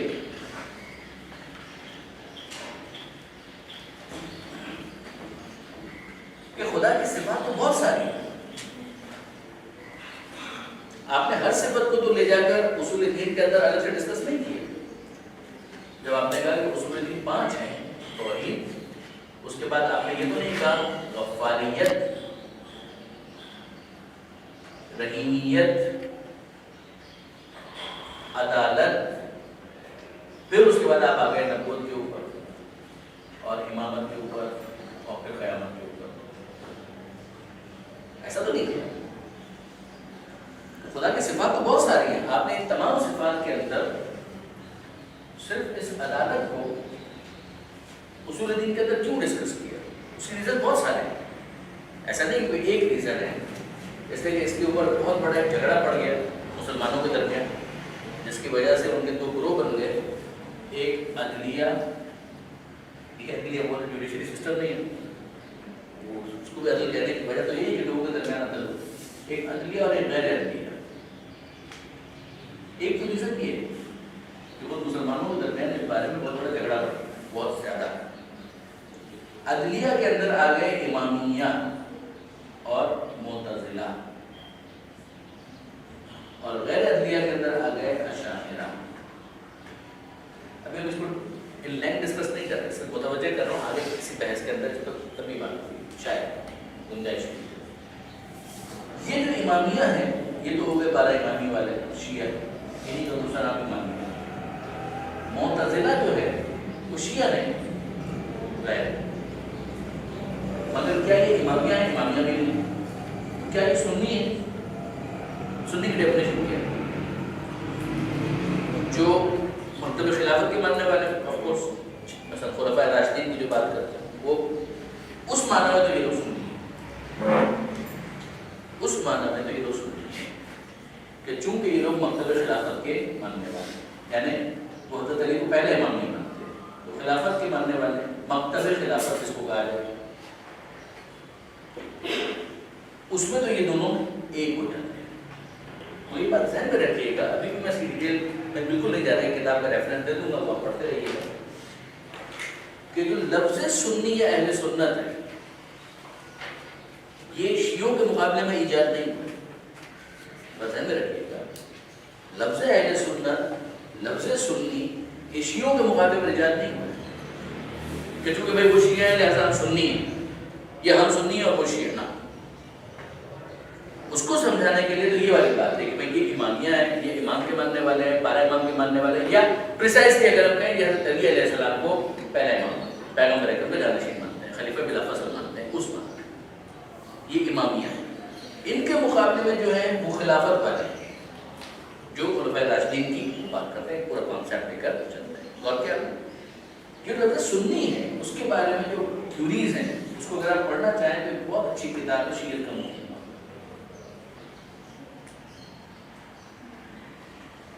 ایکسلنٹ کتاب، یعنی صرف کتاب نہیں ایکسلنٹ کتاب، یعنی میں آپ کو تاکید کرتا ہوں کہ اس کا مطالعہ کریں۔ حسین علی پنجاب کے رائٹر ہیں، بہترین کتاب لکھی ہے۔ اس کتاب کے اندر ایک پورا چیپٹر اسی کو ڈسکس کرتا ہے کہ مختلف نام کہاں سے آئے، پہلے کیا تھے، پھر کیا تھے، پھر کیا تھے، پھر کیا تھے۔ اس میں آپ دیکھیں گے خلاصہ یہ کہ یہ جو اشاعرہ ہیں انہوں نے ان کے مقابلے میں یہ اشاعرہ یہ بھی مکتب خلافت کے ماننے والے ہیں، یہ معتزلہ یہ بھی مکتب خلافت کے ماننے والے ہیں۔ آج اگر آپ ڈھونڈیں گے تو معتزلہ آپ کو کہیں مل جائیں، برکت کے لیے 2 5 کوئی غلط بات ہے نہیں۔ یہ اشاعرہ جو ہیں وہی مین اسٹریم سنیزم ہے، اہل سنت جو ہے مین اسٹریم اہل سنت اشاعرہ، یہ نام ہے افراد کے، اشعری الحسن اشعری، جس کی وجہ سے ان کو اشاعرہ کہا گیا۔ معتزلہ جو ہے وہ بھی نام جس کی وجہ سے ان کے فالوورز کو معتزلہ کہا گیا۔ ایکچولی یہ عقل کے بہت زیادہ قائل معتزلہ، انہوں نے ان کے مقابلے میں کہا کہ جناب یہ عقل بہت کرتا ہے، ہم سنت والے ہیں، ہم سنت والے، ہم ہیں اہل سنت۔ اور کیا تو یہ جو لفظ استعمال ہوا اہل سنت وہ ان کے مقابلے پر یعنی ایرو سے غلط نہ سمجھ رہیے، ان کے مقابلے معتزلہ کے کہ وہ بھی خلافت والے، ہم بھی خلافت والے، وہ ٹھیک ہے، وہ ہمارا جھگڑا نہیں ہے، مگر جھگڑا یہ ہے کہ عقل بہت کرتے ہیں، ہم عقل والی بات نہیں کرتے، ہم سنت والے، ہم جو اللہ کے رسول نے کیا سنت دی ہے، کیا رسول نے کیا بولا ہے، کیا بولا ہے، کیا بولا ہے، کیا بولا ہے، اس میں وہ کتنے صحیح رہے غلط اس میں بحث نہیں کرتا تھا۔ ان کا ایشو یہ تھا کہ یہ لوگ جو تھے معتزلہ یہ روایات کے اوپر کمپرومائز کرتے ہیں عقلی فیصلوں کی وجہ سے۔ انہوں نے کہا کہ اس طریقے سے تو ساری جتنی بھی روایات اور احادیث ہیں سب سے ہمیں ہاتھ دھونا پڑے گا، یہ بہت زیادہ ایک حصہ ہے جس سے ہم بات کریں، لہٰذا ہم عقل کو رکھ دیں گے سائڈ پر، ہم بات کریں گے احادیث کی کہ جو ہمارے پاس سنت پہنچی ہوئی ہے۔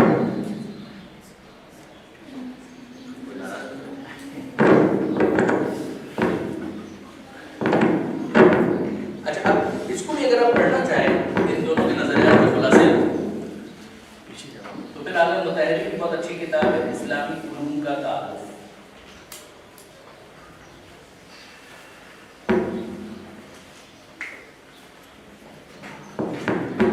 اس کے اندر علم کلام کا چیپٹر پڑھیں،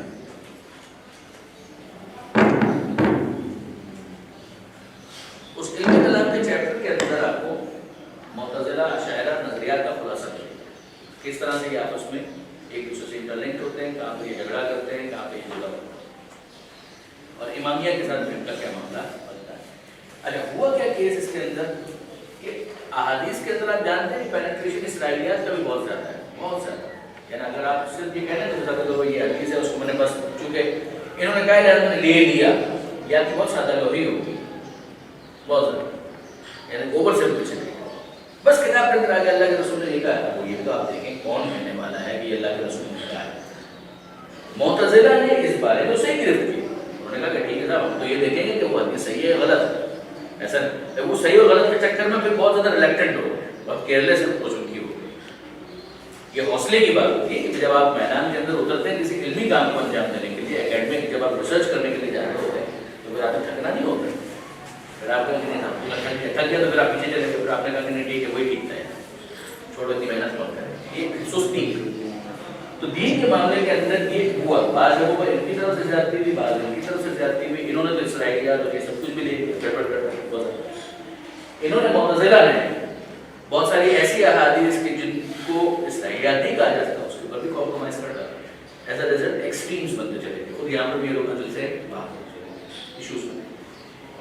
ان کا اور امامیہ کا یعنی شیعوں کا ایک بات پر اتفاق تھا, اور وہ تھا خدا کے عادل ہونے پر, کہ خدا عادل ہے, جس کی وجہ سے ان دونوں کو مشترکہ طور پر کہا گیا عدلیہ.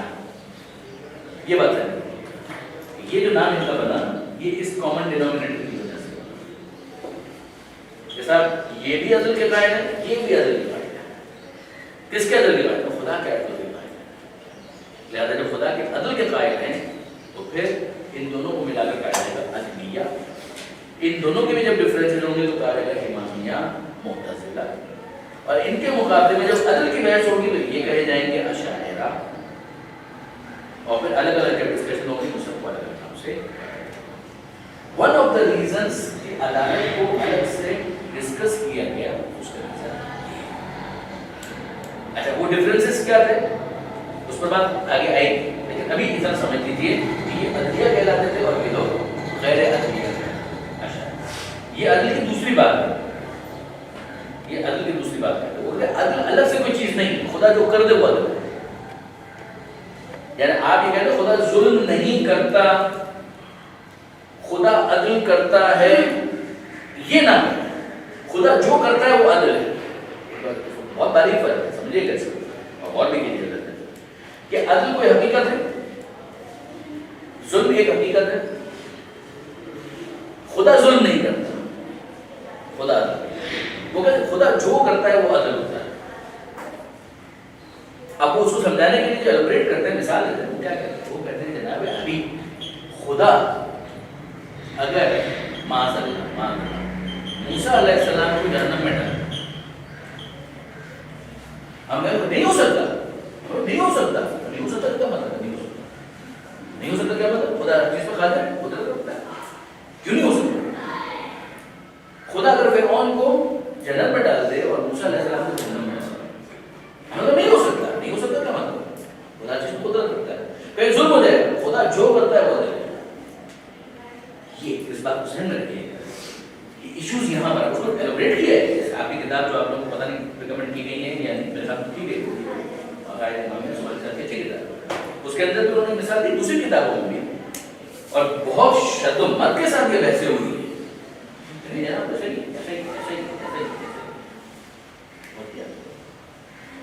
شیعہ اور معتزلہ اس بارے میں کہتے ہیں خدا کی شان کے خلاف.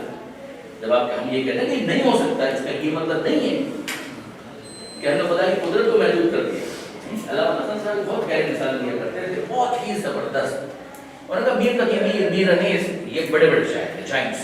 اب میں آپ کے سامنے ایک بے وزن بے رب شعر پیش کروں اور میں کہوں کہ یہ میر تقی اب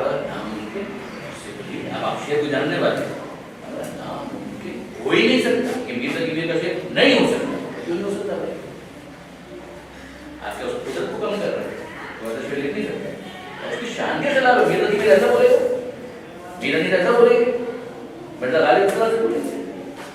اب چلیے آپ کے سامنے گدھیڑوں کی کمی نہیں دنیا میں غالب, ایک ڈھونڈو 1000 ملتے ہیں. گدھیڑا مرزا غالب بھی استعمال کریں, 1000 کو 1000 ملیں گے. میرا غالب میمن ہو گئے ہو جاؤ کیا ہو.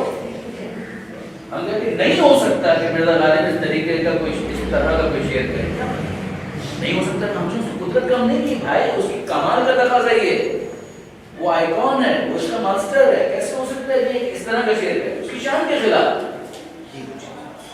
آپ کی بیگم بہت اچھی بریانی بناتی ہے, ٹھیک ہے, کوئی ابلے ہوئے چاول آپ کے سامنے لا کر رکھے اور کہیں آپ کی بیگم نے بریانی بنائی, مجھے پاگل بنا کر میں نے ساری زندگی ان کے ساتھ گزاری, مجھے تو پتا ہے کہ وہ بریانی کتنی اچھی بنانا.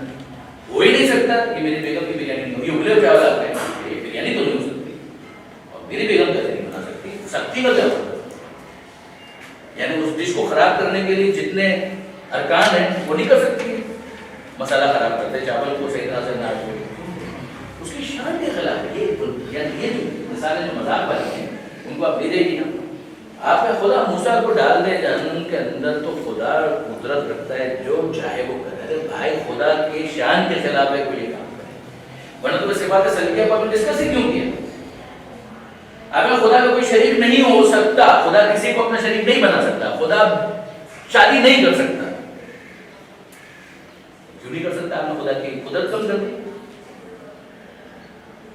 خدا کسی کو اپنا بیٹا نہیں بنا سکتا, کیا مطلب نہیں بنا سکتا؟ خدا کسی کو اپنا شریک نہیں بنا سکتا, بنا سکتا کا کیا مطلب؟ وہاں پر بھی یہی کہیں کہ اگر خدا نے کسی کو اپنا شریک بنا لیا خدا کل شیء قدیر ہے, اس کی شان کے خلاف ہے, توحید کا بھی. خدا کھانا نہیں کھا سکتا, کھانا کھانا کوئی کمال ہے. ہمیں خدا نہیں سو سکتا, کیا مطلب نہیں سو سکتا؟ ہم نے اس کی قدرت کم نہیں کی ہے. سونا اس کی شان کے خلاف ہے, کھانا اس کی شان کے خلاف ہے. سونے کا مطلب یہ وہ تھک گیا, وہ اپنے آپ کو فریش کرنے کے لیے نیند کر رہا ہے. یہ خدا انسان ہے, مخلوق ہے, خالق ہے, شان کے خلاف. یہ بہت بنیادی فرق ہے, اس کو سمجھیے گا, اس کو سمجھیے گا. اس کے اوپر بنیاد رکھی جاتی ہے پوری اس بحث میں جس کو کہا جاتا ہے حسن و قبح عقلی, کہ کیا انسان اپنی عقل سے حسن و قبح جج کر سکتا ہے یا نہیں کر سکتا. آپ کو یاد ہے وہ تھوڑی دیر پہلے آپ نے ڈسکس کیا, ہم نے کہا عدل آپ کا کیا ہے, صفت کمال ہے, صفت نقص, اور کیا نا یہ ایکسرسائز ہم نے تھوڑی دیر پہلے, میں نے آپ کو کیا ہے عدل, آپ نے ہے تو کمال. یہ کیا ہے, یہ آپ نے جو کہا ہے تو کمال, یہ آپ کا جج کرنا ہے. اس کو کہتے ہیں اس کے حسین ہونے کو آپ نے جج کیا, اچھے ہونے کو آپ نے جج کیا, اور برے ہونے کو آپ نے جج کیا. ظلم برا ہے, یعنی صدام حسین جیسے ظالم کو بھی اگر آپ پوچھیں گے نا کہ ظلم اچھا ہے یا برا ہے, ظلم تو برا ہے. عدل اچھا ہے یا برا ہے, عدل تو اچھا ہے. وہ کیا کرتا ہے اس کو چھوڑ دیجیے, لیکن یہ اتنا واضح ہے, اتنا واضح ہے. اس کے لیے شیعہ سنی بھی چھوڑ دیجیے, مسلمان غیر مسلم بھی چھوڑ دیجیے, خدا کو ماننے والا خدا کو نہ ماننے والا بھی چھوڑ دیجیے. کسی بھی انسان سے اگر آپ پوچھیں گے تو وہ سلیم العقل ہے, تو وہ بعض چیزوں کے اچھے ہونے کو جج کرتا ہے, بعض چیزوں کے برے ہونے کو جج کرتا ہے. درست ہے. اشاعرہ نے اس کے اندر جو بات اس پر اصرار کیا, انہوں نے کہا یہ ہوتا ہی نہیں. جو ابھی ہم نے عدل والی جو بحث آپ کے سامنے پیش کی نا, تو انہوں نے کہا خدا ڈال دے اس کو کوئی پرابلم نہیں, عدل ہی ہو جائے گا. انہوں نے کہا کہ نا حسن و قبح عقلی کچھ نہیں ہوتا. حسن کو یہ کیا ہوتا ہے, خدا جو کر دے حسن, جو کر دے وہ خوب ہوتا ہے. خدا جو کرتا ہے حسین ہوتا ہے, اس لیے خدا وہ کرتا ہے. برا ہوتا ہے اس لیے خدا نہیں کرتا. اچھا بات اس کو آ جائے گی, تھوڑا سا ایک ایگزامپل کے اوپر غور کیا ہے. ٹھیک ہے, خدا ظلم نہیں کرتا, خدا عدل کرتا ہے, ہم الٹا لیں. خدا جو کرتا ہے خدا جو نہیں کرتا ظلم. ٹھیک ہے, تھوڑا سا اس کے اوپر غور کریں. رسول آیا آپ کے پاس کوئی بھی, آپ ابراہیم علیہ السلام کے زمانے میں, آپ نوح علیہ السلام کے زمانے میں, ابھی آپ کو نہیں پتا کہ یہ شخص جو آیا ہے یہ اللہ کا نبی ہے, رسول ہے. آپ کیسے جج کریں؟ ہاؤ ول یو جج کہ یہ اللہ کا نبی ہے؟ ایک معجزہ دکھائیں. معجزہ.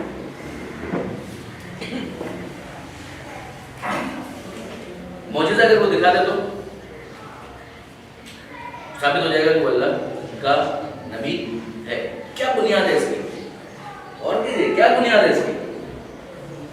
اگر آپ ابھی آپ ہیں وہ شخص ہے, آپ کے سامنے تو ثابت تو نہیں ہوا نا کہ اللہ کا نبی ہے. اللہ نے اس کو نبی بنایا, آپ کے سامنے تو نہیں بنایا. اللہ نے اس کو رسول بنایا, آپ کے سامنے نہیں بنایا. آپ کا ایزمپشن یہ ہے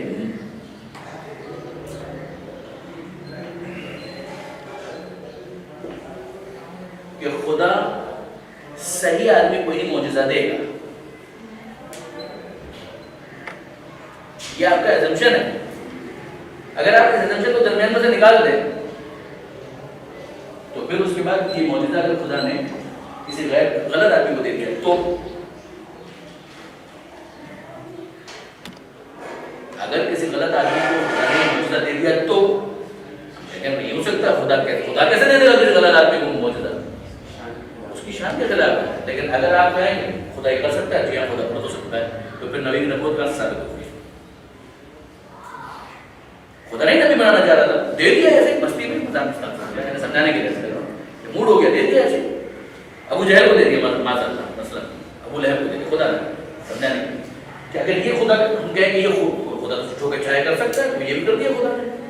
آپ کا دین پورا کلاس کر جائے گا, کہیں کھڑے ہی نہیں رہتا, اسٹینڈنگ کچھ بھی نہیں. اگر آپ عدالت کے درمیان میں سے نکال دیں, آپ کہیں کہ ایسا ہو جائے تو ظلموں کا بھائی, یہ تو پھر بہت بڑا ظلم ہو گیا کہ خدا نے ایک غلط کو معجزہ حوالے کر دیا ساری دنیا کو گمراہ کرنے کے لیے, اور اہتمام کو خدا نے کیا. آپ ہیں شخص, دعوی نبوت صحیح ہو سکتا ہے, غلط بھی ہو سکتا ہے, ثبوت ہے معجزہ. ایزمپشن کی آپ کا وجدانی یعنی آپ کا اندر خود بول رہا ہے, جس کی بنیاد پر آپ یہ ساری گفتگو کر رہے ہیں. میں کیسے مان لوں تم اللہ کے نبی ہو؟ میرے پاس معجزہ ہے, ہاں دکھاؤ, معجزہ ہے تو دکھاؤ. اگر آپ واقعاً صراط مستقیم پر آنا چاہتے ہیں تو آپ کہیں ہاں ہاں دکھاؤ. کہ ہاں دکھاؤ کا مطلب کیا ہے؟ ہاں ہاں دکھاؤ کا مطلب یہ ہے کہ آپ کہہ رہے ہیں کہ اگر واقعی تم نے معجزہ دکھا دیا تو خدا کسی غلط آدمی کو معجزہ نہیں دے گا. یہ آپ کا ایزمپشن ہے, جس کی طرف آپ متوجہ نہ بھی ہوں, لیکن آپ کا ایزمپشن یہی ہے.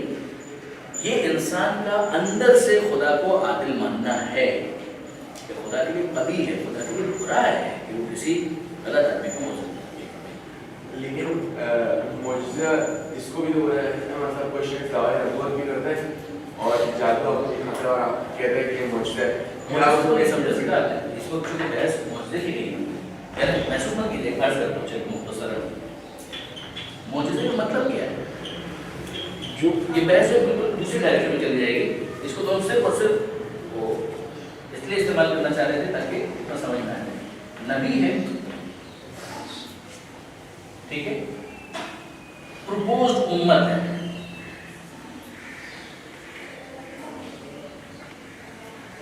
ٹھیک ہے. مثلا اس کے اندر 500 افراد ہیں, اس پروپوزڈ امت کے اندر 500 افراد ہیں, ٹھیک ہے. نبی کو اپنی نبوت ثابت کرنے کے لیے معجزہ دکھانا ہے. یہ 500 افراد ہیں, یا افراد کے لیے نبوت ہوگی یا ایریا کے لیے ہوگی, آبلیٹ ٹائم باؤنڈ ہوگا یا ٹائم باؤنڈ نہیں ہوگا. 3 چیزیں, کچھ افراد ہیں, ایک علاقہ ہے, ایک وقت ہے. اس علاقے کے لیے یہ نبی ہے, اس علاقے سے باہر نہیں.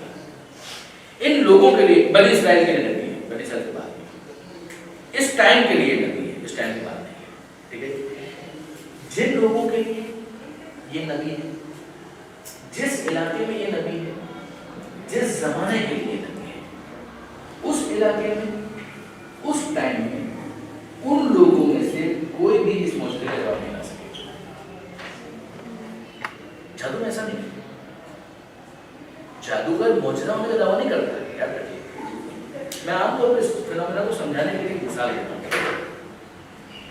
جس زمانے میں یہ لائٹ ایجاد ہوئی ہوگی نا, ایڈیسن نے ایجاد کیا, ایڈیسن نے بلب ایجاد کر دیا, معجزہ ہے